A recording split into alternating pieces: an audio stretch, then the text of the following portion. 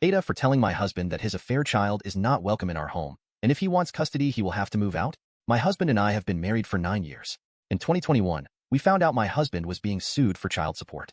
Turns out my husband had an affair shortly after we were married. It nearly ended our marriage, but we went to counseling together and I agreed to stay in the marriage with the following provisions. My husband was to get a second job so that his child support payments did not affect our household budget, and that at no point in time would I ever consider having a relationship with this child. If he wanted to pursue one with them, fine. But I have absolutely zero interest in this kid. So my husband has been getting to know his kid over the past couple years, and recently my husband came to me and informed me that there was some sort of baby mama drama. Apparently, she has to self-surrender in May and is going to be incarcerated for 8 months. My husband told me that he needed to take custody while his affair partner is locked up. Otherwise, the kid would have to go to their grandparents who basically live on the opposite coast from us.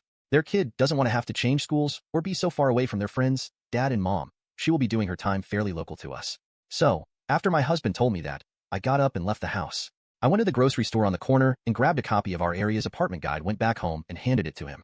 He asked if I were serious. I told him I still felt the same way as I did 3 years ago. He said he didn't think that was fair considering the extenuating circumstances. I told him I don't care about the circumstances. His kid is not welcome in my home. If he wanted to take custody, I will grant him an amicable divorce, but I am not changing my mind. I am not taking care of some other chick's kid.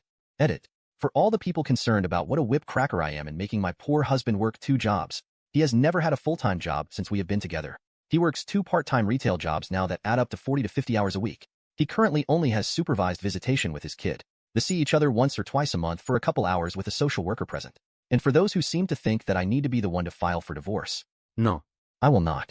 I am not the one who created this situation. If my husband wants to pursue custody, I have told him I will not fight it. I will grant him an amicable divorce and let him be on his way. However, I am not going to waste my own time, energy, and money to do so. He is responsible for getting his own ducks in a row for the situation he created. That includes being the one to go through the headache of filing. Date. We discussed divorce.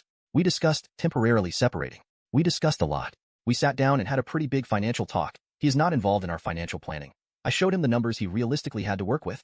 I told my husband the truth, that while I love him, I won't lose sleep if we divorce. He has to do what's right for his own happiness and his kid. My husband had a bit of a breakdown over that. There was a lot of crying and him telling me that he loved me and didn't want to lose me. I broke down myself. We had a real good cry together. He asked if we could go back to our marriage counselor. So, I made an appointment. We went. We discussed the same things above, but with a counselor present. It basically boils down to my husband being very overwhelmed and conflicted about everything. He confessed he didn't really want to be an active parent but feels like he is supposed to. There's some deep stuff in there about his own family and race tied into that. So complicated emotions. He is terrified of losing me. He wants to prioritize our marriage. Hearing me say that I wouldn't lose sleep over divorcing left him shook.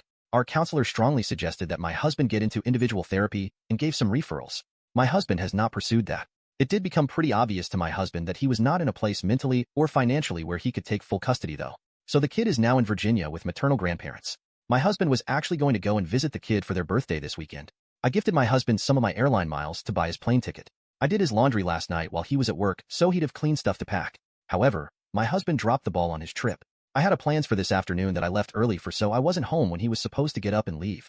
He stayed up late playing video games last night and overslept. Ended up missing his flight and couldn't afford last-minute tickets on another. He's in a pissy mood and is playing Elder Scrolls now trying to get his mind off of it. I've got my sister and some friends coming over in a few for a salsa canning party in a bit, so I'm hoping he gets into a good groove with his game because I'm going to have so much margarita.